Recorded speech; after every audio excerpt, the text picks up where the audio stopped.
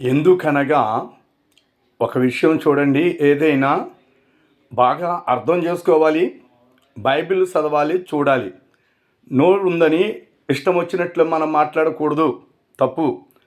1 తెస్సలోనికి రాసిన పత్రిక 5:9లో ఏమని ఉందంటే, ఎందుకనగా మన ప్రభువైన యేసుక్రీస్తు ద్వారా రక్షణ పొందుటకే గాని దేవుడు ఉగ్రత పాలు చేయటానికి ఆయనను పంపించలేదు. యేసు ప్రభు ఎందుకు వచ్చాడో? ఉగ్రత పాలు చేయటానికి రాలేదు. ప్రజలను ఖడ్గం పట్టుకుని, ఆయుధాలు పట్టుకుని సంహరించి మనుషులను చంపడానికి కొట్టడానికి రాలేదు. రక్షణ ఇవ్వటానికి వచ్చాడు. నశించిపోతున్న వారిని వెదకి రక్షించడానికి వచ్చాడు. తండ్రి అయిన దేవుడు తెస్సలోనికి 5:9లో ఏమనుంది? ఎందుకనగా మన ప్రభువైన యేసుక్రీస్తు రక్షణ పొందుటకే తండ్రి అయిన దేవుడు ఆయనను పంపెను కానీ ఉగ్రత పాలు చేయటానికి రాలేదు. ఉగ్రత పాలు చేయటానికి ప్రభువు రాలేదు. ఆయన ఒకసారి ప్రయాణమై వెళ్ళిపోతుండగా దారి మార్గంలో అంజూరపు చెట్టు కనపడింది. ఆయన ఆకలితో ఉన్నాడు. వెంటనే వెళ్ళి అంజూరపు చెట్టును చూసినప్పుడు అది పచ్చగా ఉండటం వలన ఆకులు ఎప్పుగా ఉన్నాయి కాబట్టి తడిమి చూశాడు. కాయలు లేవు.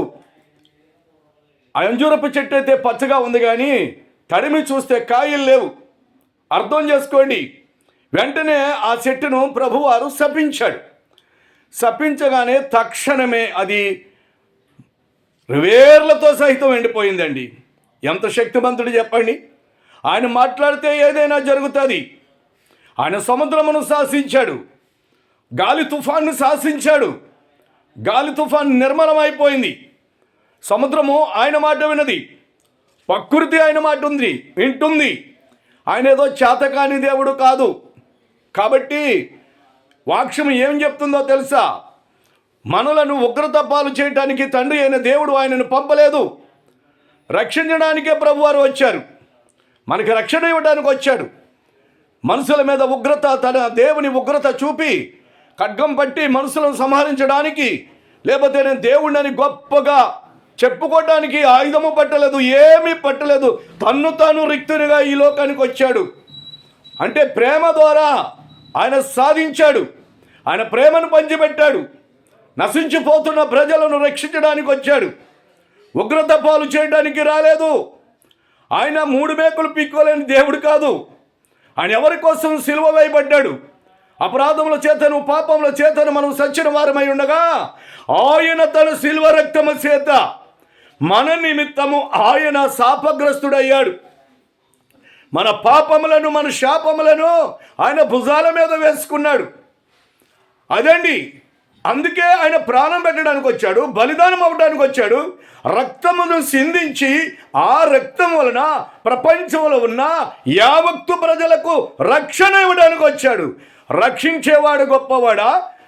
సంహరించేవాడు గొప్పవాడా? ప్రభు అయిన యేసుక్రీస్తు వారు ప్రేమ స్వరూపి.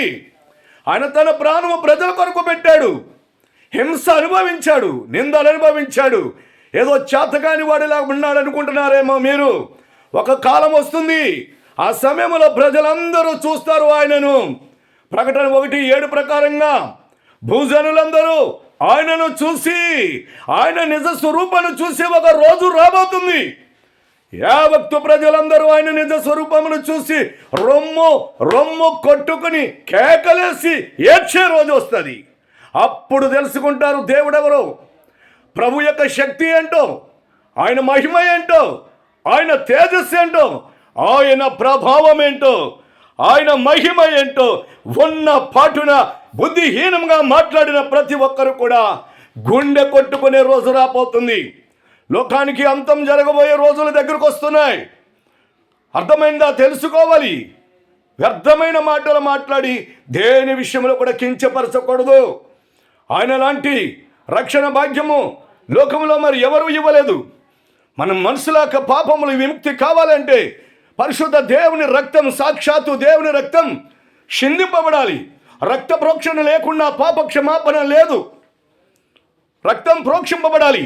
అది ఎద్దు రక్తం, మేక రక్తం, కోడి రక్తము కాదు. తద్రక్తం పరమాత్మేన అంటే సాక్షాత్తు దేవుడే తన రక్తమును తన ప్రజల పాపముల కొరకు పరిహారార్థము నిమిత్తము బలిదానమై యజ్ఞమై యాగమై ఆయన తన ప్రాణమును బలిపెట్టి ఆయన రక్త ప్రోక్షం వలన ప్రతి మానవుల మీద ఉన్న పాప దోషమును తుడిసివేస్తాడు. ఆయన రక్తంలోనే పాపమునకు విముక్తి ఉంది.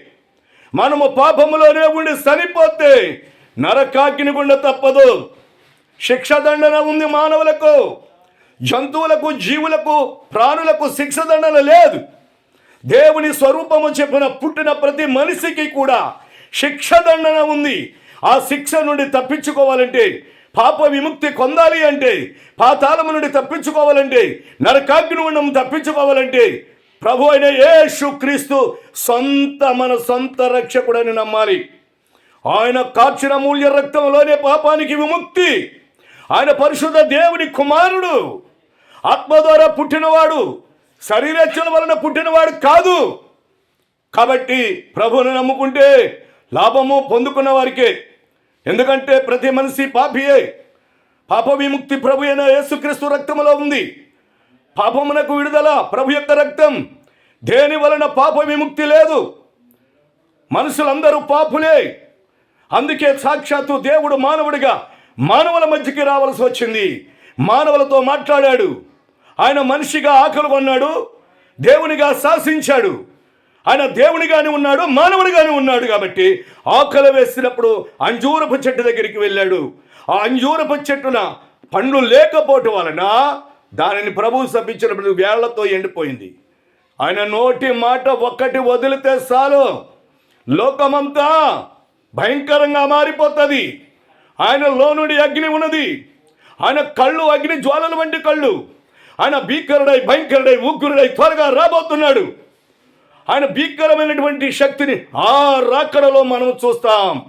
అయితే ఇప్పుడు ప్రభు అయిన యేసుక్రీస్తు వారు ప్రేమస్వరూపి, క్షమాపణ హృదయం గలవాడు. ఆయన పరిశుద్ధుడు కాబట్టి మనలను పరిశుద్ధులుగా చేయటానికి, మన మీద పూర్వకాలము నుండి ఆదాము నుండి ఉన్న పాపము విముక్తి చేయడానికి మన నిమిత్తమే ఆయన దారిద్రతను భరించాడు. మన నిమిత్తమే పాపముగా ఎంచబడ్డాడు. హల్లెలూయా. కాబట్టి నోరుందని చెప్పి మనం ఇష్టానుసారంగా ఏ విషయంలో కూడా మాట్లాడకూడదు. గ్రంథాలు చదవాలి, సత్యం తెలుసుకోవాలి, అప్పుడు మాట్లాడాలి. మనిషి యాపాటి వాడండి.